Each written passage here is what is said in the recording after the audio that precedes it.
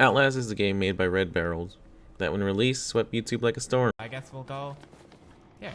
Holy shit, dude. Avenue to go. Where'd you come from? Thus launching itself into an icon in the sea of other horror games.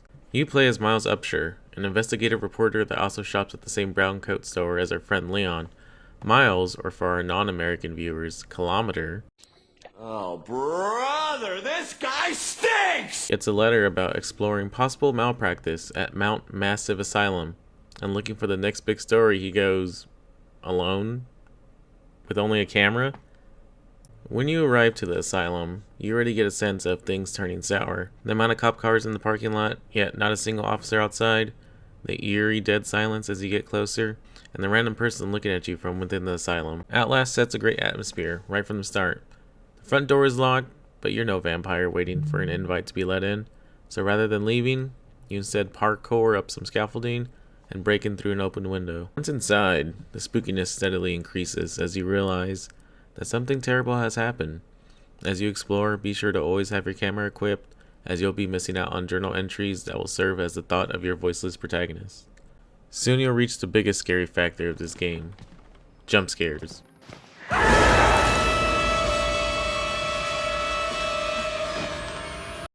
Yeah, if you're not into jump scares, well, this might not be the game for you. Miles, finally coming into his senses, realized that his first, second, and third goal is to get the hell out of there.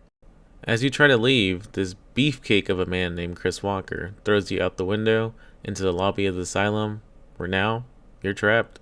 This is where the game begins. It's a giant horror game of cat and mouse.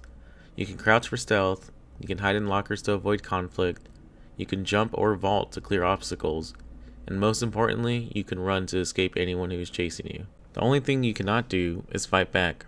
See this person? Think you can take him? What about this guy? Well, I'm sure you can take him. I've noticed you've been working out. Keep it up. But you're you, and Miles is Miles. If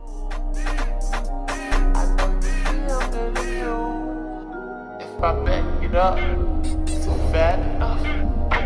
When I throw it back, is it fast enough? And this is Miles' story, where you are basically a certified pacifist. Even when you see weapons around to defend yourself, Miles is more inclined to take the high road and avoid conflicts, even if it's life or death. You'll use these skills to escape patients that have some variation in their design, but not a huge variety. There are some unique characters with their own personalities, such as Chris, the doctor, and the twins, who can either insta-kill you or kill you in 2 hits.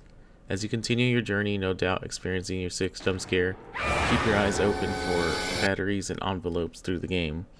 Batteries ensure your camera can use its night vision, a must-have as you explore the asylum. No battery means exploring the asylum in pitch darkness, where the patients seem to have cat DNA because they can easily see you while you can barely see your hands in front of you. The envelopes provide background information about certain special patients and provide more context on what went wrong here.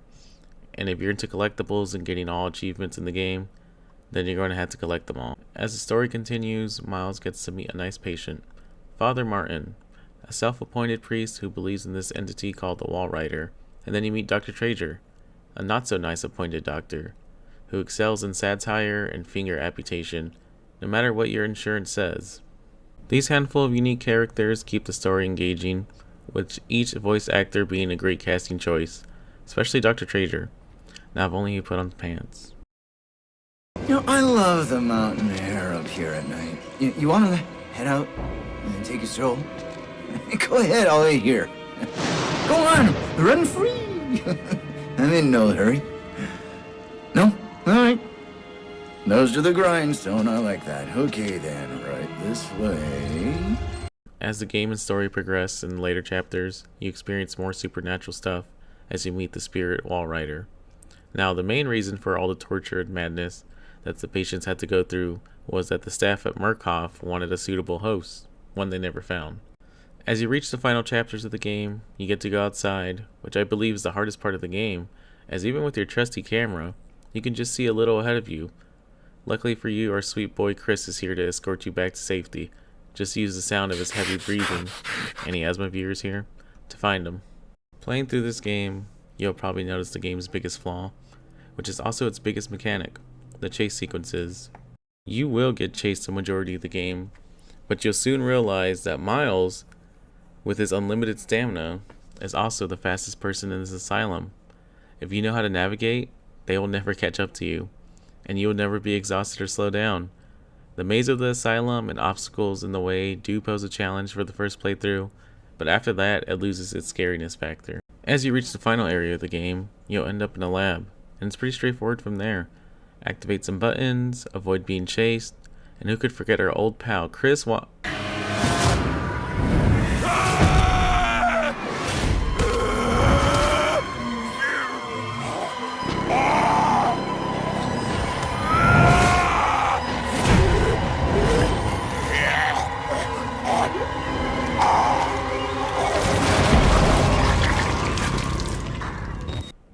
Oh god.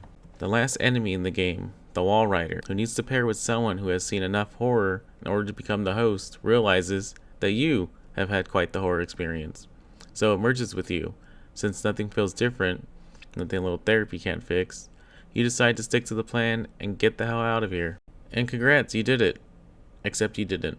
Making sure the story doesn't get published, Murkoff's men gun you down, which angers our new friend, Wall Rider, who emerges and kills everyone else in the room. And that is where Outlast concludes. Story that never gets out, and a list of victims who needed help but instead suffered from torture and malpractice. Outlast is a great horror game that is fun to play and get your heart rate up. Its failure to evolve its mechanics for the entirety of the game does make it a bit of a drag to play at the end, with the repeated playthroughs diminishing the game's main purpose, to scare you. Overall, Outlast gets a 2 out of 5.